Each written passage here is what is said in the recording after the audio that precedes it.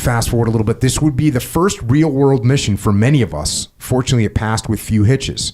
By the time we sorted out the Ranger blocking positions in the dark, the Delta operators were well into the clearance of the buildings. The Rangers established the perimeter, and we caught glimpses in the dark of the Delta operators moving around the target building. They soon emerged with a handful of prisoners blindfolded and with their hands tied with thin plastic flex cuffs. The Somalis timidly knelt against a wall guarded by Delta operators as the clearing teams began to come out of the target building. After about 30 minutes on the ground, Delta had the building completely cleared, the Somali prisoners secured, and were prepared to move. The decision was then made to extract the entire force on helicopters, which would land in a small adjacent courtyard. Fast forward a little bit. After a short flight back, we landed in the still dark airfield. Streaming off the aircraft, the key leaders broke off and quickly moved toward the TOC to conduct our post-mission hot wash brief, while the rest of the operators and Rangers headed to the hangar. Our Somali prisoners had been lifted out before the assault force immediately flown to the airfield. They had been processed and moved to a small razor wire enclosure adjacent to the hangar. The mood in the TOC was calm and almost anticlimactic. The UN headquarters had responded to the raid with a surprising report that identified our prisoners as UN workers and that what we had hit was their office. Yeah, the more things change, the more they stay the same.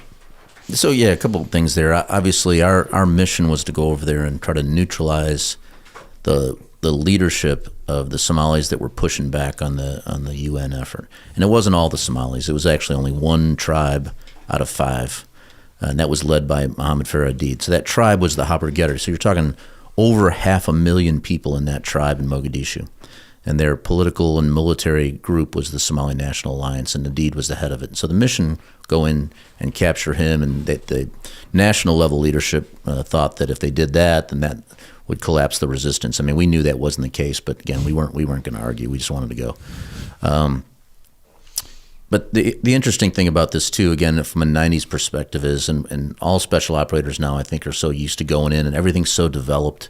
You got your intel systems in place and you got your targets developed and you go in and start picking and choosing and hitting things. Well, that wasn't the case here. I mean, we started from like not even a cold start. And we basically had to take the intelligence lists from the regular UN and regular U.S. Army units that were there and say, well, where do you guys think the enemy's at? And they gave us this list. And this is in the first couple days on the ground before we got our systems in place and we learned how to do it. Because there was a lot of learning going on back then on how to do this targeting. And so basically they gave us this list. The top place was this Ligligado compound, and we hit that only to find out that it was owned by the Somali National Alliance, and they would rent it out to the UN during the day. So, yeah, just kind of a crazy situation and trying to sort our way through that. But again, I look at today versus then. I mean, we just did not have an intelligence system in place, and we were trying to get it in place and learn how to do it, which would be very foreign to, I think, anybody in special operations would go somewhere today. Yeah, I always tell a story about my first deployment to Iraq. I was in Baghdad, and we went out, and we had the mission tasking come, and I get the map, and there's a satellite imagery shot, and there's a red X on the building, like this is what we're going to hit, and I'm like, cool.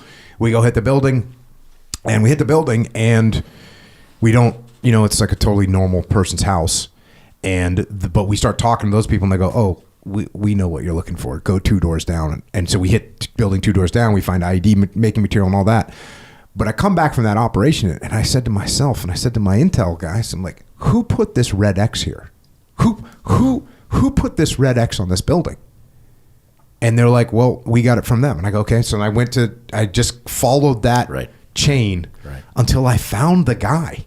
And it was like a E4 intel guy that had been told to put together the thing, and he pulled the, through various sources. But when he told me how he put the red X on that building, it was very obvious that it wasn't corroborated properly, and he could have easily corroborated it, but he didn't. He just was like, he had to get it done, and hey, the thing's due, and so he put the red X, and boom, sent it up the chain, and boom, here I was, an idiot, went, cool, bad guys, we'll go get them.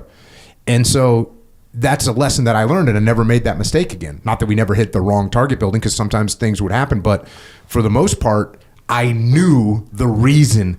I knew who put the red X on a building. Yeah. And this is a very important thing, but that wasn't passed to me. Like No, not right. that's not a lesson that got passed down. I tried and pass it on. Hopefully someone listening to this podcast right now goes, huh, that makes sense.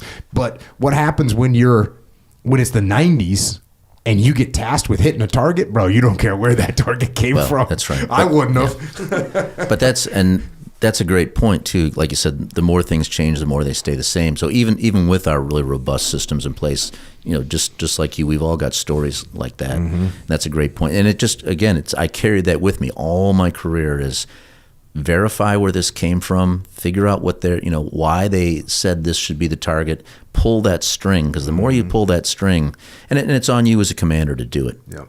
When I was that young, I didn't know that you had to go verify and kind of check other people's work. But if you're the guy kicking the door, you got to check everybody's work. Yeah, there's no doubt about that.